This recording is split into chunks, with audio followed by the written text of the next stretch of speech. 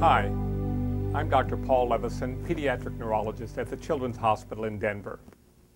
More than 3 million people in the U.S. have some form of epilepsy. While seizures come in various forms, parents of children with epilepsy cope with similar issues: fear, a feeling of powerlessness, a child's behavioral changes, a child's learning and school performance, making your child understand the disorder, complex treatment options, transition to adulthood, and challenges in navigating the healthcare system. If you are a parent of a child who was recently diagnosed with epilepsy, it is likely your days have all of a sudden become filled with medical tests, doctor visits, and no doubt, worrying. The process can be confusing and overwhelming. The Federal Health Agency, called Maternal and Child Health Bureau of HRSA, which stands for the Health Resources and Services Administration, has funded an initiative called Project Access. Under the project, the Epilepsy Foundation, NICHQ, the National Initiative for Children's Healthcare Quality, and 9 states are working towards making changes in the healthcare system and developing resources for families so parents are better able to help their child live a full and active life. It is clear that the need for information and support begins from the moment of diagnosis of a child with epilepsy.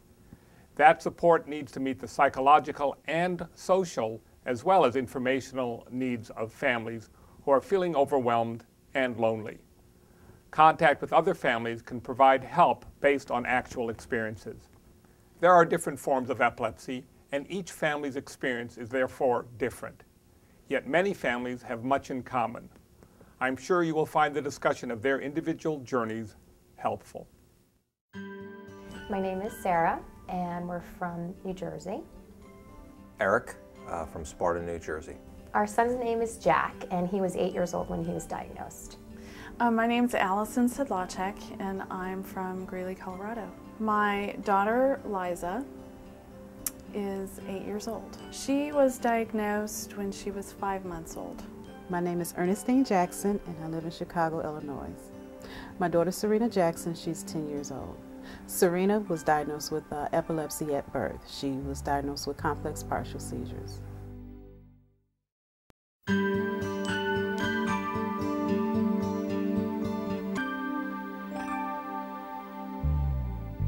When Serena was diagnosed, I felt overwhelmed. A lot of questions I've had about her, still have questions regarding her seizures. Why me? Why did it happen to our family? We were a little afraid, me specifically, because I just didn't know anything about it. I did grow up with a family member that had tonic-clonic seizures, so I had some knowledge of epilepsy, but I had no idea how many different seizure types there are. I just thought epilepsy, convulsions. So I didn't understand, or I didn't even have an awareness of Jack's seizure type. Felt a lot of fear of the unknown. I felt a lot of desperation about my child being sick, and what did that mean for her? What did that mean for our family?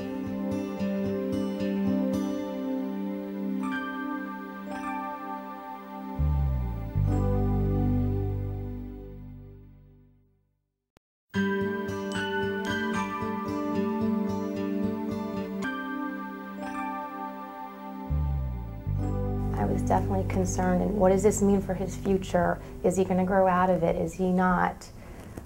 And growing up with a family member having it, I was aware of the stigma, and I became determined to break that and make sure he's comfortable with what he's facing so he can make others feel comfortable and to talk about it.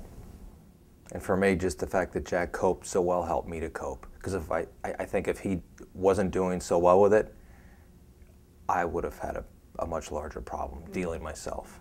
I've learned to cope with my feelings about epilepsy by communicating with my family, talking with my pastor and family friends at church, also coping with it by going on the internet and getting educated more about it.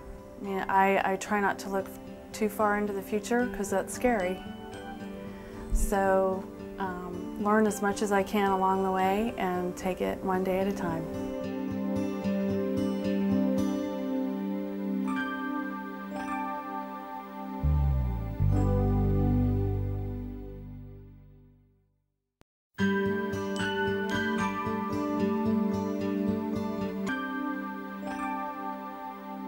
some of the more positive and good things that can come out of having a child with epilepsy.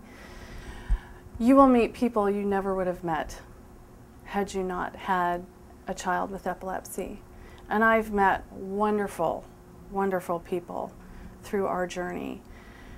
I've also experienced the generosity and kindness from people who know you're going through a tough situation and are willing to help in any way they can.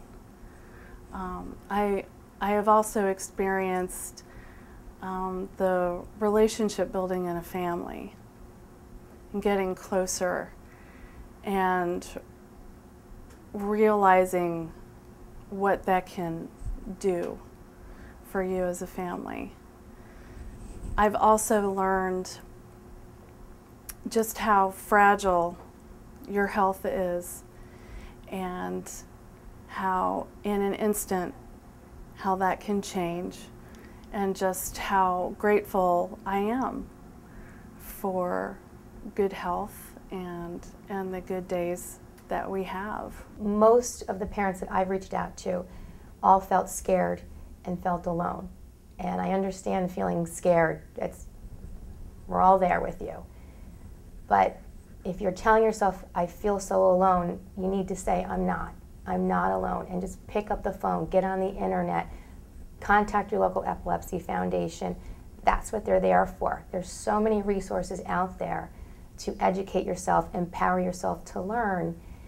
I think I wasted a lot of time in the beginning just spinning wheels and maybe I needed to go through that, but my biggest advice to say is you're not alone. You'll get through it, and in the end, you'll learn that you're a stronger person and a stronger family for it. Through all the sweat and tears, you'll be okay. One of the biggest frustrations of dealing with her epilepsy as a young child was the fact that she couldn't talk to me. She couldn't explain everything she was feeling. I really had to just read her and guess my best, which there were times when I wish I would have guessed better. Basically, I would tell the parents to be consistent, always let the doctor know what's going on, keep a log of the medication that you're giving her and the side effects, what she's doing that day, how is it affecting her at school. And it really helps. Whatever you tell the doctor is how they're diagnosed with her medication. Another challenge that was very frustrating when she was younger was we kept hearing the younger they are diagnosed, the younger they are when you're treating the issues, the better the outcome can be. And our frustration was how long it took to get through the medical system, just with the lack of doctors and the long waiting list to get the tests done and that sort of thing. That was frustrating.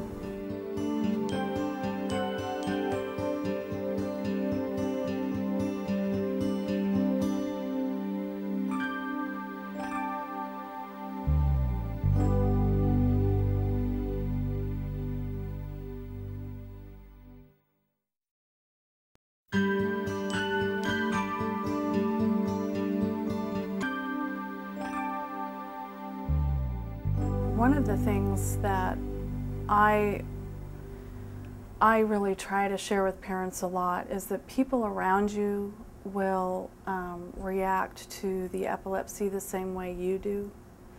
So if you're acting fearful or unsure, then they will feed off of that energy. And for those that, if you can go in with a much more straightforward attitude, this is what it is, and this is how we have to handle it.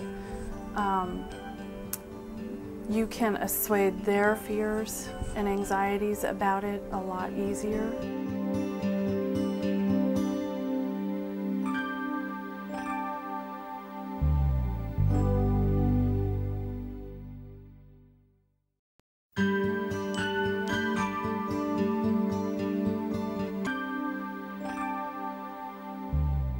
She did have some behavioral reactions to one medicine, but we took her off that and put her on another one that was much better. Sure, Jack. I think attention with all the medications, his attention has been an issue. Anxiety. Yeah, there's been some behavioral issues, but just being patient is very, very big with us as parents. You've got to be really patient with him. I remember the first time we had just left the hospital and started his first medication. He sat on the floor in the kitchen before school crying, saying, "I hate the way my body feels, I hate the way my body feels." So I think explaining to your child of, you might feel a bit different at first, but we're hoping that will kind of go away once your body gets used to it, and we're trying to help stop those seizures, you'll feel better, and just encourage them that you understand how they're feeling and to be patient. Patience is a huge attribute we all have to have as families dealing with epilepsy. The side effects is a lot of screaming and yelling, like she's getting a lot of tension, and I don't know if it's because of the medication itself, but she's never done that before. There was some issues with her being depressed. What I did was I called the doctor right away and told him, you know, she's experiencing these mood swings and I'm not liking it. I really want to get her off, so we weaned her off of that particular medicine. You know, some of Jack's behaviors, is it the epilepsy or is this a 9-year-old boy? Because he does things, pacing, staring, maybe it doesn't look like a seizure, running in circles, doing things that Sarah and I will be like, I think that's a 9-year-old boy. And Sarah may say, that's the medication. Yeah. And that's been one of our biggest challenges. Well, and I think that's important that you talk about it, communicate, and you keep each other in check. And either one will convince the other that it's not or it is, or you agree that we don't know. And many times you don't know. I think understanding as much as you possibly can what seizures can do to your body and your brain, and understanding how that mixes in with the medicines and what they can do to your body and your brain. I think if you have a good understanding of that, then you will discipline your child that has epilepsy differently. It takes, I think, more consistency and a lot more repetition. And I think you just need to have a different expectation level for that child.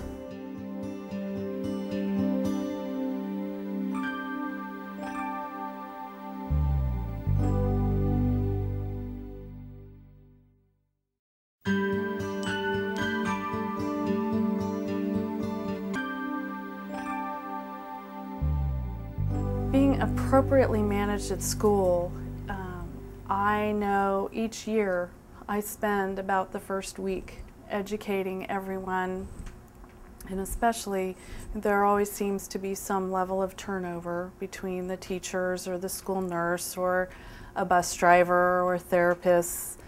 You're never going to have the same team of people from year to year.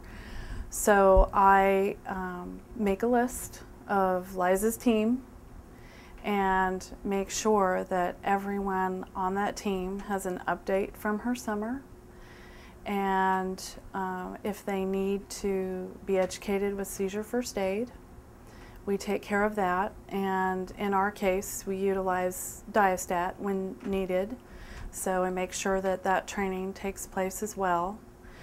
So it is an annual education process that takes place at the beginning of the year. And the part I enjoy most is speaking to her class and her classmates. It's always fun to get the questions from the kids, but it has made such a difference for her in creating a community at school and understanding what epilepsy is. And it's been beneficial for the kids to have that information in many ways. We've really tried to encourage him to speak out. He was really afraid to tell his friends what he had. And I tried to explain to them, or we did the best that we could, that if they understand how you're feeling and if you're staring off for a couple seconds, they realize what's happening, they'll be patient and they'll know once you make eye contact with them that they just need to repeat what they said. And then the tension and the stress of just having a seizure will hopefully dissipate and eventually go away. One time he was going into the hospital and his teacher encouraged me to encourage Jack to speak out and let his classmates know what he has and that he's going into the hospital. And I'm very proud of him. He actually wrote a letter, explained to his classmates what he has, what his seizure is called, and what happens when he has one, and that he's going into the hospital to check his medication to see how it's working. And I have to tell you, as adults, people have this stigma attached to epilepsy, but when you look at a child, they don't have those types of predisposed ideas in their head. And the children, when the teacher read the letter to the class when Jack was in the hospital, all they said was, is he going to be okay, and what can we make for him, and when is he going to be back? And they made this huge banner, and his teacher brought it to our house the day we came home from the hospital. And it showed Jack. He said, oh, I feel so much better now. Like it was a weight taken off his shoulders. So I think as adults we can learn from children and just embrace it, and it's okay. Liza is on an IEP at school, and she does receive special ed services. An IEP is an individualized education plan that is put together by a team of people with parent involvement, of course, that list goals and objectives for your child that year and any special accommodations they might need beyond a typical student. To find out if your child would qualify for special ed services or have the need for an IEP or a 504 plan, you need to speak to a school staff person, preferably a school psychologist, or a school nurse can help you. It would be someone in the special education department. So we have advocated from the get-go, from preschool and on, what her needs would be, and just being involved, knowing your rights as a parent within the school district, and making sure all the pieces are in place. I would recommend parents to really advocate for their child in school, really get there, be there physically to help your child with their everyday school, because the teachers are there most of the time with them. First of all, when your child having epilepsy should have an IEP. And the IEP should state specifically the things that the services that the child needs, for instance, occupational therapy, physical therapy, and make sure that that child is getting those by maybe getting a report every 3 months to see how he or she is progressing in that. Making sure the teacher is on cue with knowing that this child's capable of writing their name. If not, what do we need to do at home as well as school? Keeping a relationship with the parent, with the teacher, and with the school nurse is very important. I find that dealing with the school nurse, they know what to expect. I tell them what type of seizure she had when it happens, and they look out for that, and not to be so alarmed where everyone's panicking. So communicating with the staff is very important, and having an IEP to follow your child will help a whole lot during the long run. We spend a lot of time after each day of school with homework, and where maybe there should be 1 hour of homework, we're spending closer to 2 because of the attention. Jack has been through 4 medications. It's a lot of adjustments for him physically and mentally. And he missed 2 months of school this past school year from doctor's appointments and being in the hospital for video EEGs. His teachers never, to their knowledge, have taught a child with absence seizures. So we were all learning together, but we worked as a team and realized that Jack may be one way one day and have a great day, and then the next, we could have a whole different Jack. So constant communication. They kept journals for us, would email. But I'd have to say, once Jack accepted what he had, and that was a process, his tolerance of things would get better, and he wouldn't feel as embarrassed. But medication and adjusting is probably the biggest obstacle we faced.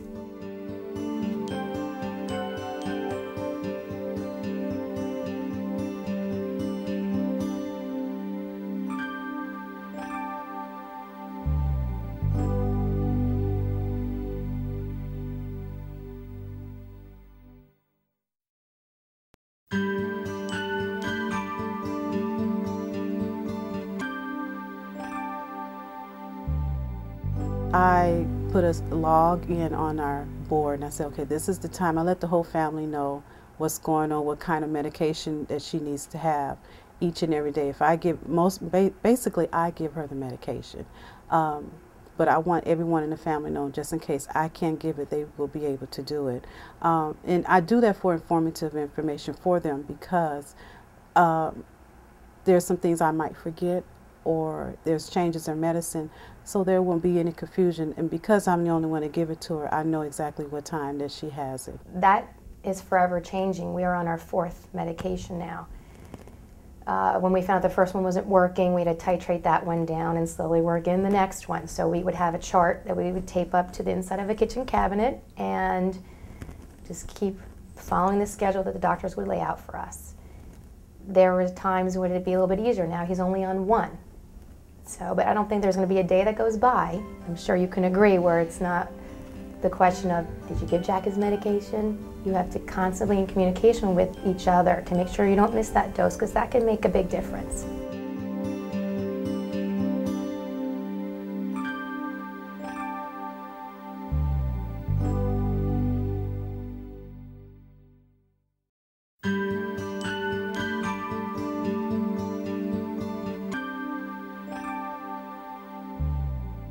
Overcoming healthcare challenges is an ongoing process. Learning how your particular healthcare system works, and when I say your particular, where you will take your child mostly for their epilepsy care, and that can be your primary care physician on up through your specialists that you need to see. Understanding how that system works, definitely not being afraid to ask questions, insisting on what you feel is best and right for your child. If doing a lot of follow-up if you feel like something is taking longer than you'd like.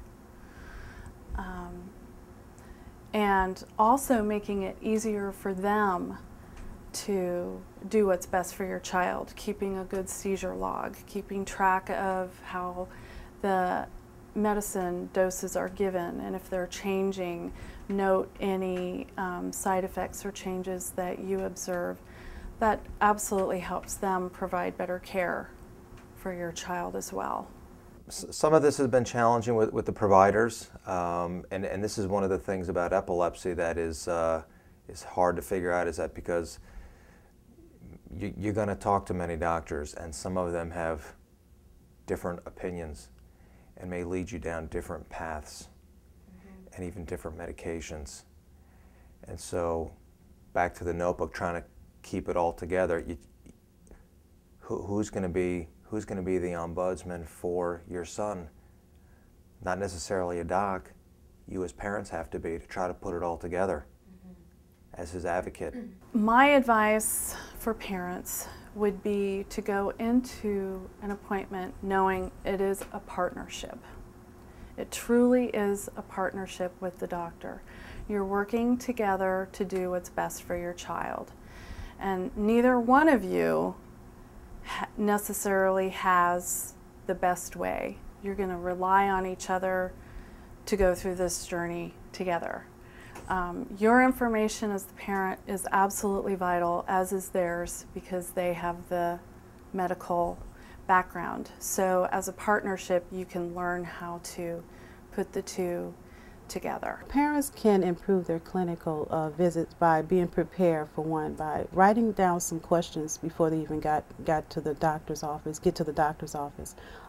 Writing those questions down so once you get there you won't forget what you need to ask, and insist on the doctor or the nurse or whoever's there at that time that you do have some questions, you need some time. A lot of times doctors will talk in phases where you don't understand what they're saying. Tell them to break it down to your level, because I'm not sure what, because I have to explain this to my husband, or I need to write down, or also ask them, why do we need more blood work? If you don't know why, you need to ask. You need to ask even the simplest thing, and not feel intimidated by the doctors.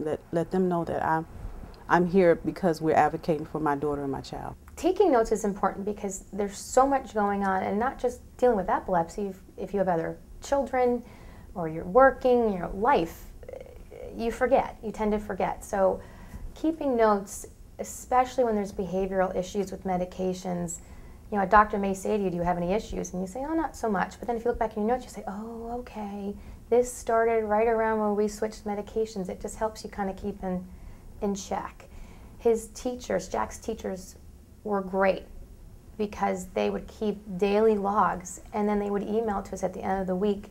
If we started to see trends, they'd be like, okay, that's something I need to tell the doctor. So it enabled us to communicate the best way that we could with the doctor so they can interpret that information and figure out what's best for Jack. And you've got to find a doctor that's going to take the time to listen to you, and you have to be empowered to say, I know my child, I live with my child, this is what I am seeing.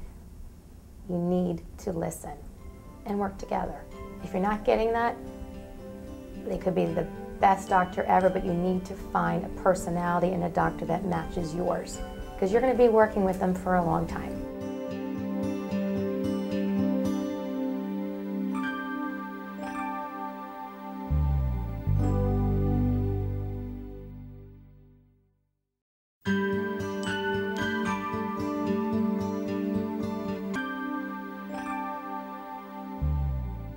I think it's important to have family members and close friends to help you cope with it, because there's a lot of questions that you may not have answers to, but while you're dealing with it, they kind of ease the pressure of dealing with the seizures at any given time. They're there to help watch her for me while I may have other things to do around the house perhaps, or just to run errands. Family and friends is kind of our core. But the provider community is a large part of our support system. The teachers at Jack's school that we're in almost a daily, weekly contact with have been fantastic. It's extremely important to have a support system, because one of the biggest mistakes a parent can do is think or make themselves indispensable. You have to take care of yourself. And that's where the support system can come in and be helpful to you as a primary caregiver.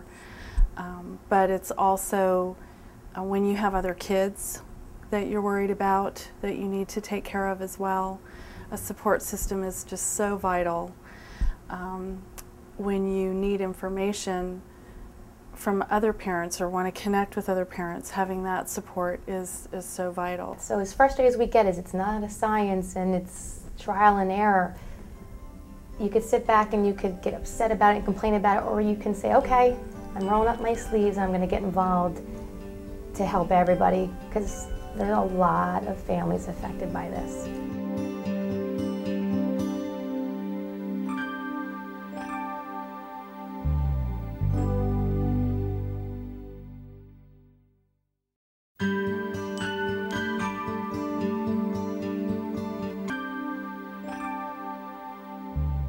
What I wish I would have known from the very beginning was that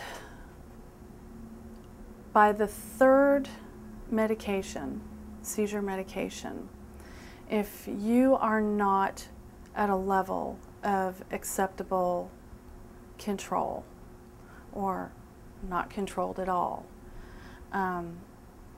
or the side effects are are too prominent.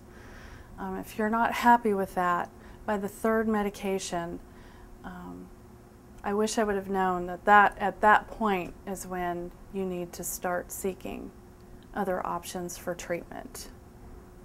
I wish that would have been more more readily available for me. Another thing I wish I would have known is that epilepsy is definitely not a cookie-cutter condition, and from the very beginning it's going to be different for every child. How long it would take to control his seizures, and that it's not an exact science? Well, for me, I was really afraid for Jack that he was going to be afraid. And I think that him being able to do as well as he did helped things for me, because I was more worried about how he'd be affected, but he didn't really know anything about it. He knew something was wrong. He came to me one night and said, "My brain is broken." And he sensed that something was not right. And we went through a series of being diagnosed with one thing, and it was another, till we finally got his diagnosis over a year later and figured out exactly what was going on. And then the question became, now what do we do? How is the medicine going to work? How is it going to change his personality? I remember my family member who was on a medication, 3 in fact, and had a lot of side effects. So I was immediately concerned of, oh my gosh, is this going to change my son? One of the 3 things I wish I had known, perhaps making sure consistency with her medication. Making sure you don't miss a dosage. It does make a big difference. Second of all, I would probably say when you attend an IEP meeting, individualized educational program, to go in with a friend, a caregiver, or any way you feel comfortable with, because there's some things that you might have missed that they might understand, or to make sure all avenues are covered when you attend those meetings and not feel intimidated by the teachers. And professionals usually use a lot of abbreviations. And it's your IEP meeting is your child's meeting. So what you do is stop and say, I don't understand what that means. Break it down. Don't assume that a lot of times, not to doctors and the professional, not trying to talk over your head, but they really understand where you come. If you just break it down, then they'll say, okay, let me slow down, because I need to know. And those are the second thing. The third thing, I'm thinking really hard of some things that I should have done or maybe change.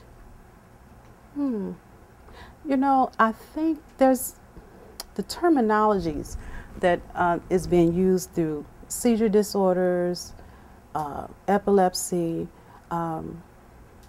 I want not my child to be labeled, but I want her to understand that what she has is not a disease. In my own mind at that time, when she's so young and everyone sees her and they ask what is wrong with her, there's nothing wrong with her. She just has epilepsy.